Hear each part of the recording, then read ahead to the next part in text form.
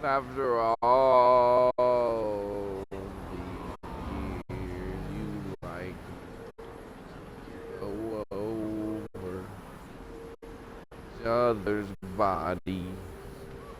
Chapter 20. Jessica Roundy Steed, Mrs. Joshua Steed, let her hands run across the smoothness of her belly, feeling the roundness there. It was March 26th. If her calculations were correct, she was now 5.5 months pregnant from the time of conception.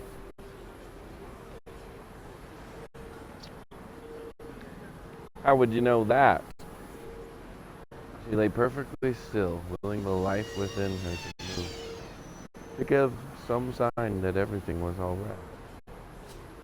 Jessica had never associated much with other women. Her mother had died in the midst of her third miscarriage when Jessica was 8 years old. Jessie had not gone to school.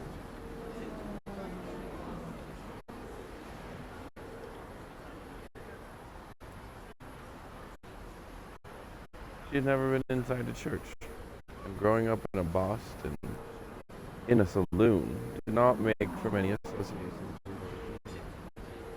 of her own age or any other. Now, for the first time, she wished it were not so. She had so many questions. When did a woman feel the first stirrings of life? How big would a baby be at this point? Was she big enough? Should her talk of the sickness that accompanied the first months of pregnancy? She'd had none of that. Was that normal? Since she had first realized she might be with child, she watched other pregnant women with great interest, but she could only watch and guess. They seemed to be larger than she was, but maybe they were further along in the process. The only thing she knew for sure was there was a growing fear that something was amiss, and that left a sickness all of its own. Joshua stepped away from the sink, razor in hand, his face still half lathered with soap.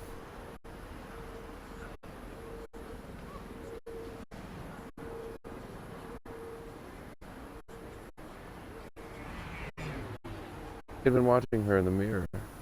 All right. She forced a quick smile. Yes, I was just wondering how big he is by now. He grinned. Probably not big enough to handle a wagon yet, but given him another 3 or 4 months.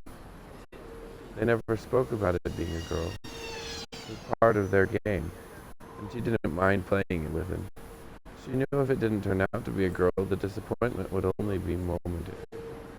For Joshua was in love with the idea of being a father. First choice was a boy, but a girl would be loved as well. As marriages go, Jessica was aware hers did not stand out in any particular way. But it was more than she had ever hoped for, and she was content. Joshua had not gone back east during the winter, and that meant a great deal to her. He was gone frequently with the loads heading east or west, and he still drank a lot. But it was no longer the desperation drinking which frightened her so much. He was rarely tender with her, but Jessie Roundy had not been raised on tenderness. He was not abusive, even when drunk, and that was more than many women in Independence could say about their husbands. Occasionally he treated her with a gentleness of spirit that surprised her. It made her hope he might even be coming to love her. He finished shaving, took a shirt from the wardrobe and pulled it over his head. He buttoned his pants, then stuffed the shirt into his trousers. Her father always did it the other way around. Stuffed his shirt into his pants, then buttoned them. Most certainly the easier way. But none of the things she found particularly endearing about Joshua was that he was not like other men, not in big things, not in little things. He went to the door, then turned around. Anything you need? No, I'm fine. I'll be coming over later to help count the new shipment from Kentucky. All right. He opened the door and was gone. She sat up, pushing the pillow back against the bed, enough to look out of the window and watch him stride up the street for a few moments. Then she lay back, without being aware of it, her hand stole up to her belly once more. and began to trace the contours around.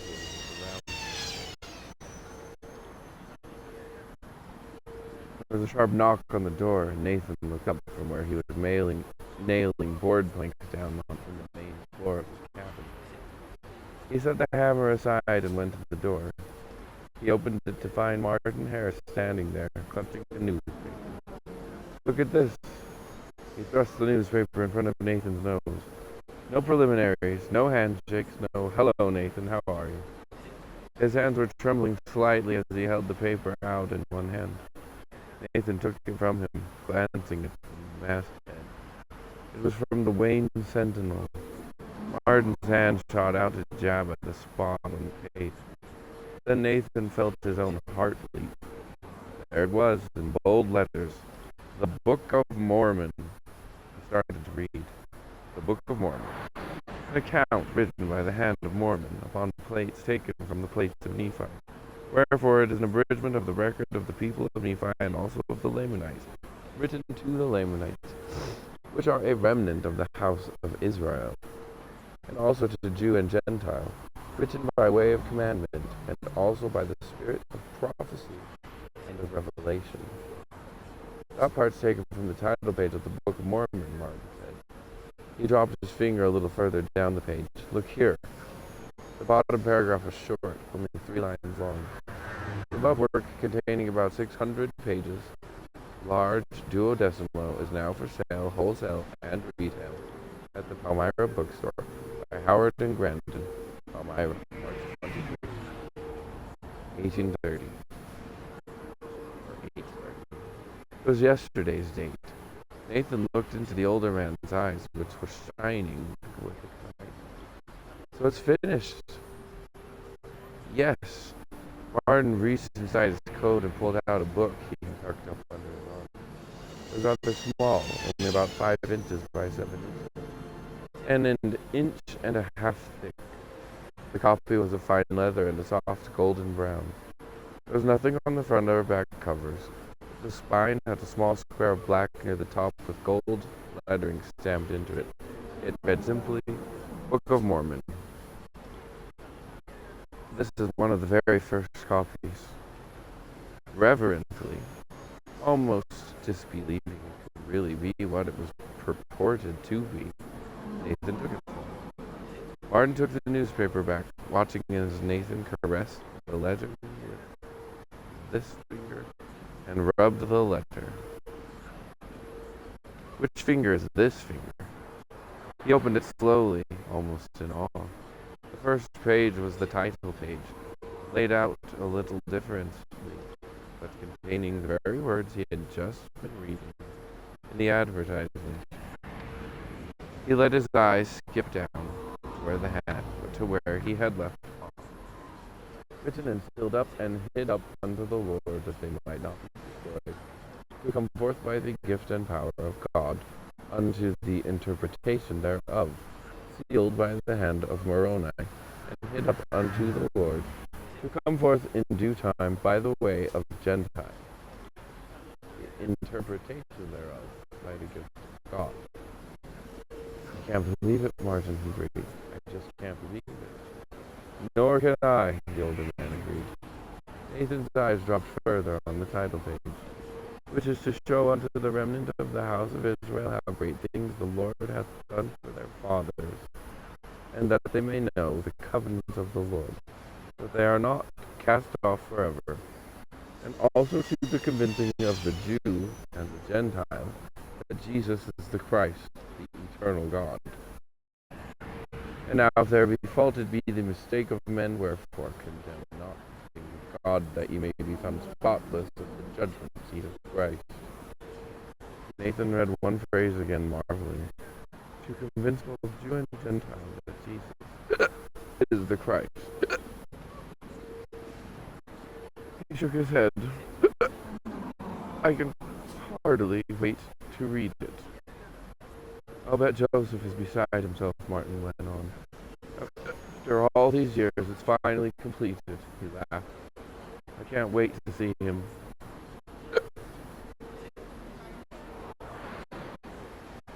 Nathan was thumbing through the book, pausing to note the headings. Here were words he recognized from his conversations with Joseph, the nights Joseph had read to them from the manuscripts. Nephi, Jacob, Alma. He could not put aside the sense of wondrous awe that lay upon him. This was scripture. The first scripture given to man in almost 2,000 years.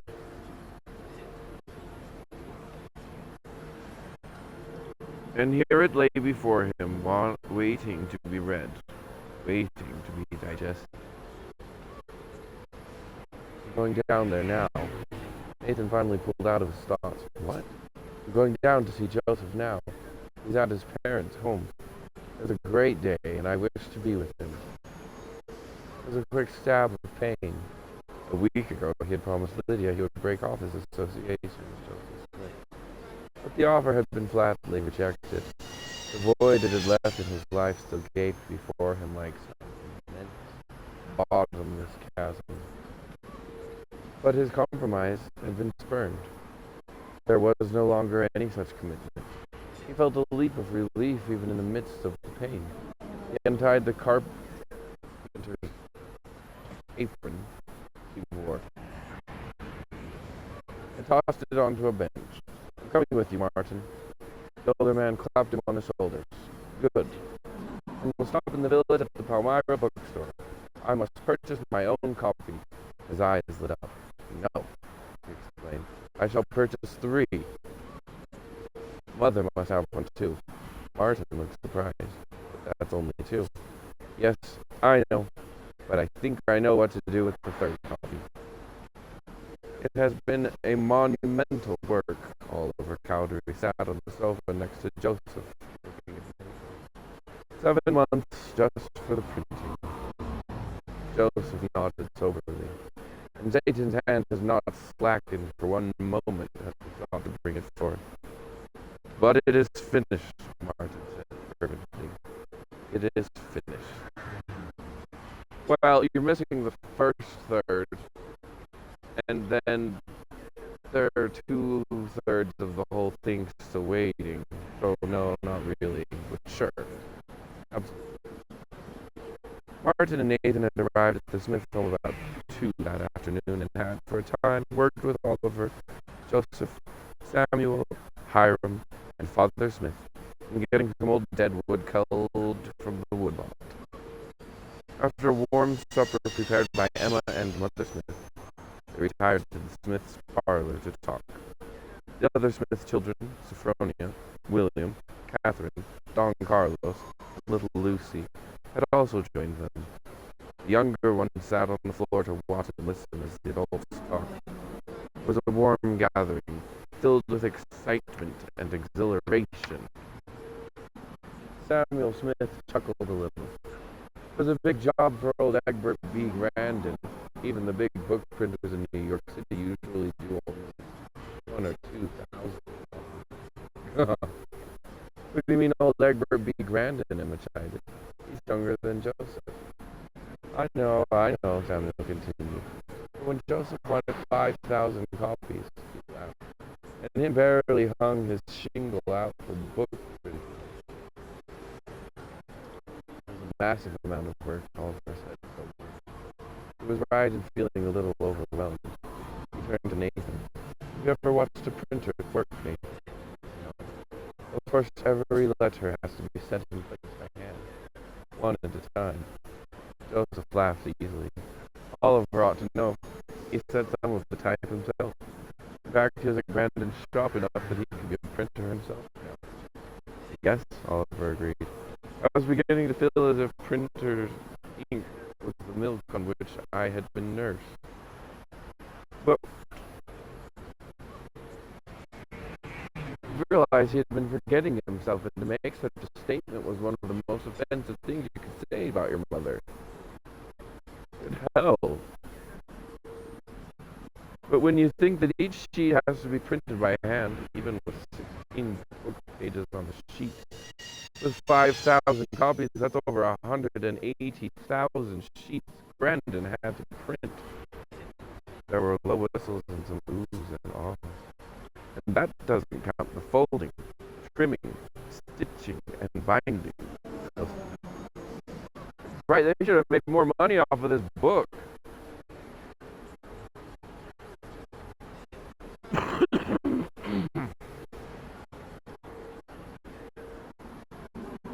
No wonder it took him 7 months, Sophronia said. It is certainly not without its challenges, Father Smith said. Joseph was nodding vigorously. That's what I said. Satan did not slack his hand. What do you mean, Nathan asked. You haven't heard about Abner Cole? Emma said, with faint bitterness. No. Joseph looked weary. Well, after we lost the first manuscript, several glanced swiftly at Martin Harris, who dropped his head slightly. But Joseph had not looked at him, nor did he notice the reaction. I was not willing to take any more chances. I had to return. It's just that you can't write him as a dunce and a genius. Of course he noticed. You can't put Joseph didn't notice. But whatever. I instructed them to take every precaution. First, we wrote a complete copy of the manuscript for the printer, I said. Then each day I would take only a portion of the manuscript to Grandin's shop. At night I would return and pick it up again. Mother Smith, who was in the rocking chair, leaned forward. Nathan had come to admire this plucky woman, barely 5 feet tall. She was a fierce defender of her son. We had the chest under the bed where we kept it, she said. The chest was just high enough that when we placed it under the bed, the whole weight of the bed rested upon it. Once we had to return the manuscript to the chest. Little Lucy, 9 years old and named for her mother, piped up. But remember, Peter Whitmer would stand guard too. Yes, Hiram said. We didn't take any chances.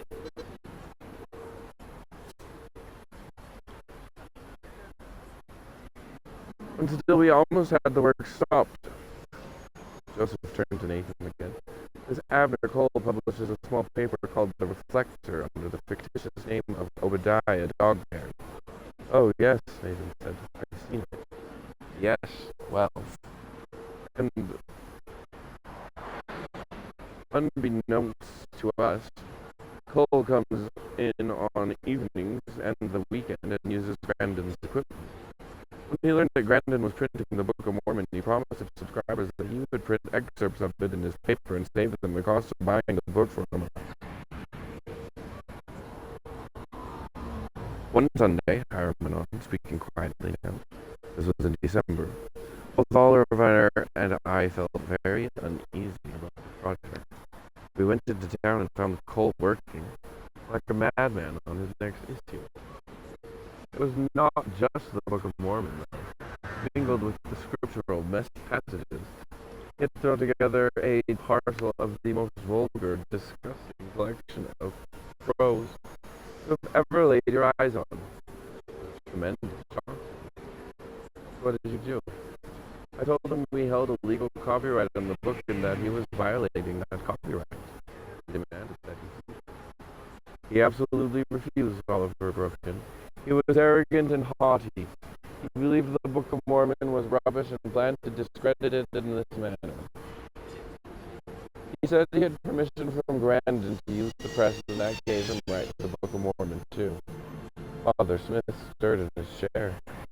When Cole went right ahead and started to publish the excerpts, Hiram and Oliver asked me what to be done, what ought to be done. I thought Joseph needed to know about it, so I went to Harmony to fetch him. Joseph smiled ruefully.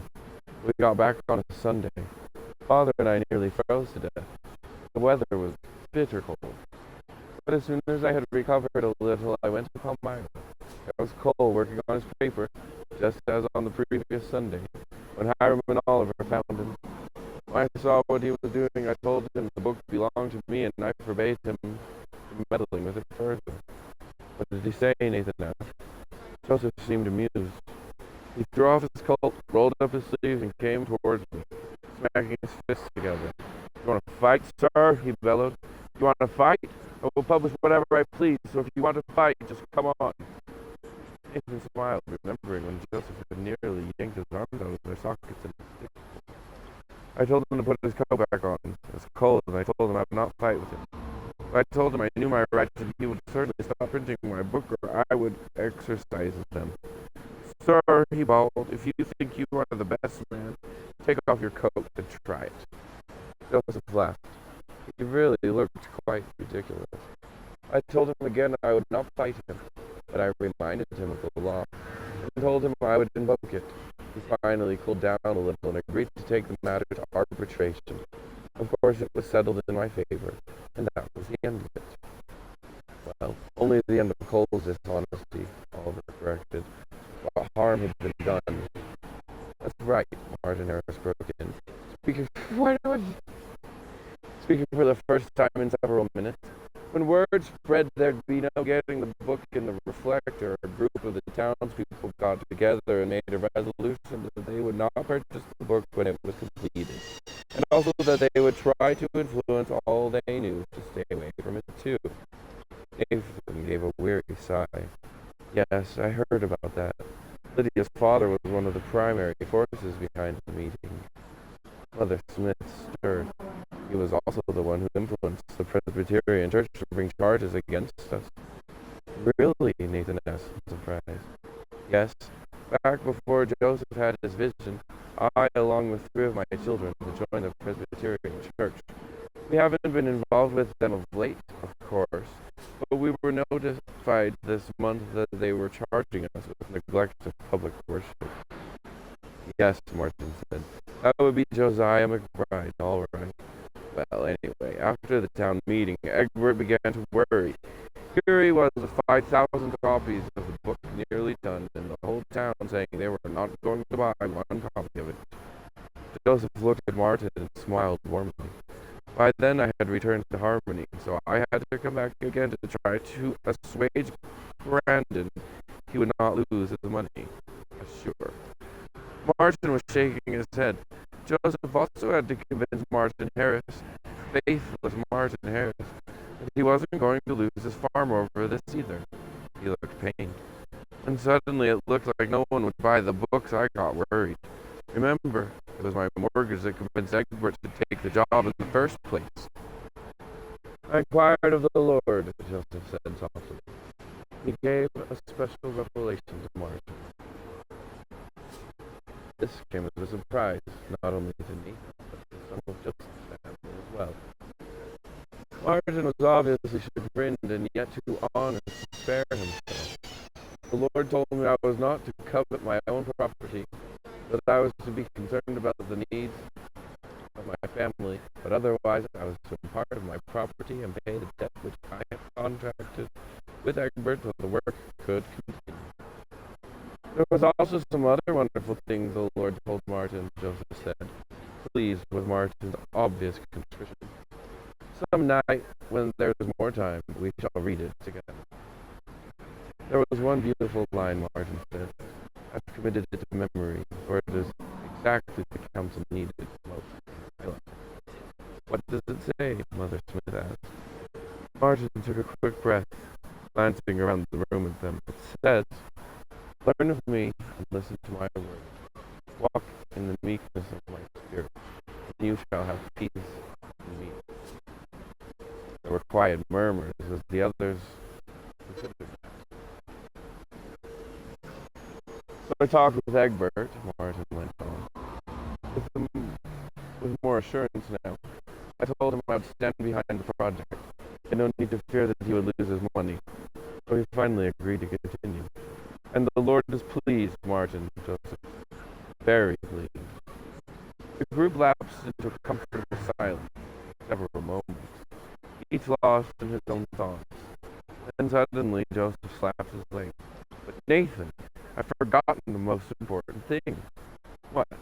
What are you doing Tuesday next? Not this coming Tuesday, but a week from. April 6th. To be precise. Nathan shrugged. I'll be starting into spring plowing if the weather holds. Why?